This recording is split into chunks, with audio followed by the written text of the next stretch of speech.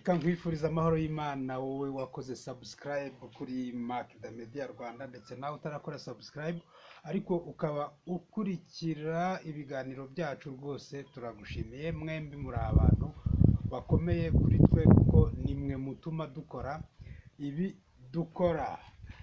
Mushobora kumbaza rero ngo umaze iminsi uba hehe?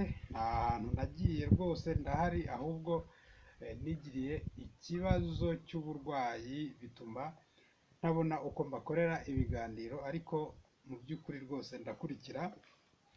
Ariyo mpamvu rero ngira ngo uyu munsi tuganire gatoya abantu bo mu myaka yanjye cyangwa se n'abandutaho n'abo ndutaho gatoya, kuko abo nduta cyane bo bashobora kuba batabizi. Hari umugani twigeze kwiga mu Kinyarwanda kera, ndumva ari mu mwaka wa 4 w'amashuri abanza. Ni umugani, ni igitekerezo, twabyita igitekerezo. Ni igitekerezo cy'umubyeyi wari ubayeho, hari umupfakazi ariko akagira umwana w'umuhungu akitwa George Bennett. George Bennett mu Cyongereza, ayo mazina arahari, George na Bennett. Hanyuma umuntu wanditse icyo gitekerezo, umwanditsi w'icyo gitekerezo we, izina yari yishyize mu Kinyarwanda, avuga yuko uwo mwana yitwaga George Bennett. Mu Kinyarwanda iyo uvuze ngo George Bennett, abantu benshi bahita bumva uwo ushatse kuvuga uwo ari we. George Bennett rero yari umuhungu rwose w'igitangaza, babwira ikintu akumvirana cyangwa se akumva icyo batamubwiye, ku buryo rwose mbese yari igitangaza. Tinya umuntu batumye, yakoraga amafuti menshi. Ubwo ndi gushaka kubinyura muri make kuko hari abantu badukurikiye, nanabashimira cyane kuri Makida Media Rwanda, abantu bafite imyaka hagati ya 18 na 25 bakurikira, bageze kuri 35% bo badukurikira. Abenshi cyane nabo mu kigero cyanjye bari hagati ya 26 kugeza kuri 50, nibo benshi cyane. Hanyuma nkanashimira cyane abantu bari hejuru y'imyaka 50 kugeza kuri 80, 12% bankurikira rwose, kudo chapeau, ndabashimiye cyane. Reka rero nyuremo muri make. George Bennett cyangwa George Bennett, nyina ngo yari yarazengereje nyina akora amafuti menshi, noneho nyina ahitamo kumusiga ngo yigendere. Ariko George aravuga ati wapi, ntabwo wancika, ndagukurikira. Noneho nyina ageze mu nzira akebutse, abona n'ubundi ishyano ryamukurikiye, ati ngaho genda ushikeho urugi, ukururireho urugi. Mbese ari kumubwira ngo genda ukinge. George Bennett aragenda, urugi ahita aruterura ararwikorera. Ariko ubwo hari ibindi bintu byari byabaye mbere yuko nyina afata umwanzuro wo kumuta. Yamutumye urushinge. Amutumye urushinge, aragenda arurambika mu byatsi, ajya kwikinira biye. Noneho arushatse ararubura, arubuze atwika ikigunda kugira ngo abone rwa rushinge, ariko n'ubundi ntabwo yari kurubona mu ivu. Hanyuma atashye abwira nyina ko yarubuze. Nyina wese iyo urutunga ku ishati, ati ngaho genda ujye kwa Kanyandekwe bakuntiriza isuka uzane njye gukura ibijumba.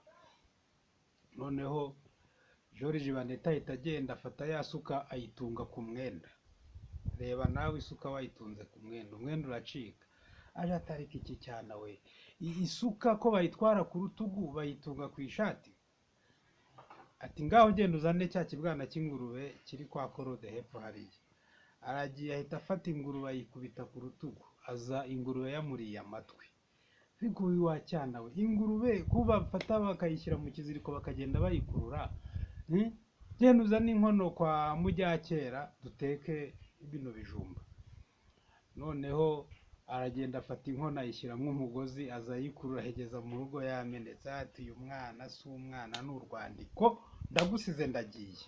Agiye rero hari mu kagoroba, hari nko mu ma saa 12 nyine, urabona ahantu hatari amashanyarazi, icyo gihe nta mashanyarazi yari ahari, ni igitekerezo ubwo ndi gushyiramo n'ibyanjye, ariko ibyi 90% nyine niko twagisomaga mu ishuri.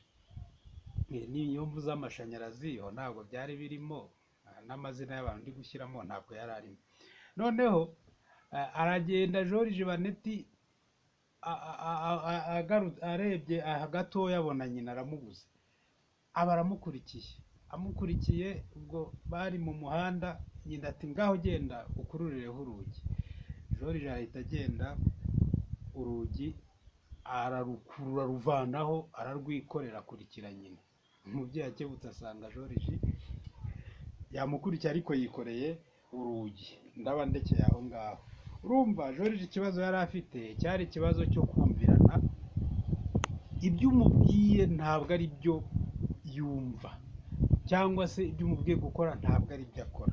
Mu minsi ishize hari umwiherero w'abayobozi wabereye i Gako mu ishuri rya gisirikare. Nyakubahwa Perezida wa Repubulika y'u Rwanda Paul Kagame yarababaye cyane, kubwira abayobozi kubera iki ibi n'ibi bitakozwe, kubera iki ibi n'ibi bitakozwe. Abatipe uwabajije wese ati tugiye kwisubiraho rwose, turisubiraho, kuko yababwiraga ibintu byo gushyira umuturage, gukorera umuturage kwa.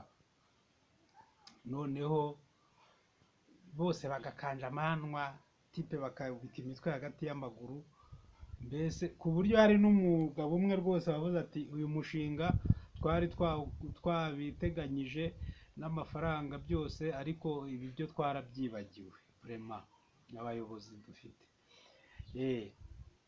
Nuko ibyo ngibyo byo simbirebaho, ntabwo si byo ngendereye, n'ibyo bangije barabyangije. Hanyuma rero basohoka bati ubu tugiye mu ngamba, tugiye gukorera umuturage. Abambere baragenda bahita bajya mu bishyimbo bifite ururabo byenda kwera, bararandura, mbese bati twebwe perezida yatubwiye ko tugomba gutera ibyatsi ku muhanda, ubwo mbese ikindi kiri ku muhanda kitari ibyatsi kigomba kuvaho. Urandura, bashyiramo na bije, bashyiramo abakozi bo kurandura ibishyimbo barabirandura. Kuri social media uyu munsi abantu bose bacitse ururondogoro, mbese bati umuntu yakoze amabara. Uriya muntu cyangwa se suriya wenyine, hari n'abandi bakoze ibindi, nk'inyamasheke baragiye bahaye randevu abageni, babahaye randevu yo gusezerana saa tatu, ari saa tatu niba ari saa yine. Muri icyo gitondo babyuka ngo bajya gufunga isoko ahantu, ntibanagenda ngo barifunge vuba bagaruke bakora ibyo bahe serivisi abaturage bahaye randevu, bagumayo baza gusezeranya saa 9, umuturage ku isonga. Kandi bari bavuye muri wa mwiherero nta n'icyumweru cyari gishize, ahubwo nyakubahwa Perezida wa Repubulika tugiye kubishyira mu bikorwa rwose, ibintu mutubwiye tugiye guhita tubikora, tubishyira mu bikorwa. Ariko ngibyo ibyo bakoze, ngibyo ibyo bashyize mu bikorwa. Natekereje rero ndeba nsanga hari abayobozi bamwe, ntabwo ari bose ko hari abayobozi bakora neza cyane, ndetse abayobozi bafite ikibazo nk'icya George Baneti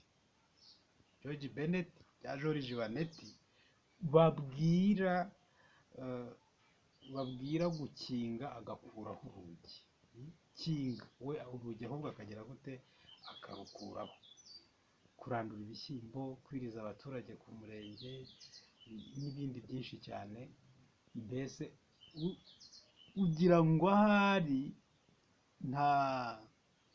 simbizi nta yindi nyurabwenge umuntu yifitiye. Baratubwiye ngo tugomba gukora gutya, nta yindi alternative we ashobora kubona agendeye kuri wa murongo mugari umuyobozi mukuru aba yamuhaye. So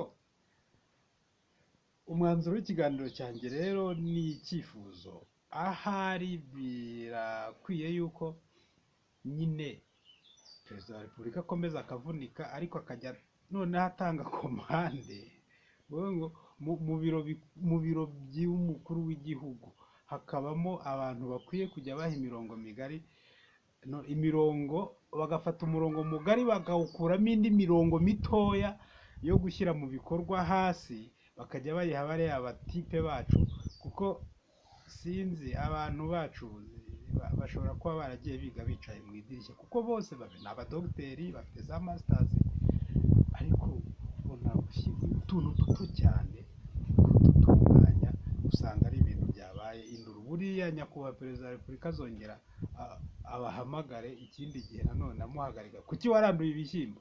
Nyakubahwa rwose mutubabarire, habayeho kumva nabi ariko ntabwo bizasubira. Nyakubahwa rwose kurandura ibishyimbo niko gukorera umuturage, rwose habayeho kurengera nyakubahwa perezida wa repubulika. Kora subscribe, ukore like and share, ukomeze ukurikirane ibiganiro by'ubusese. Nakize noneho naje ibiganiro rwose buri munsi murajya mubona ibiganiro, kandi rwose ndabashimira cyane pe, murakoze cyane.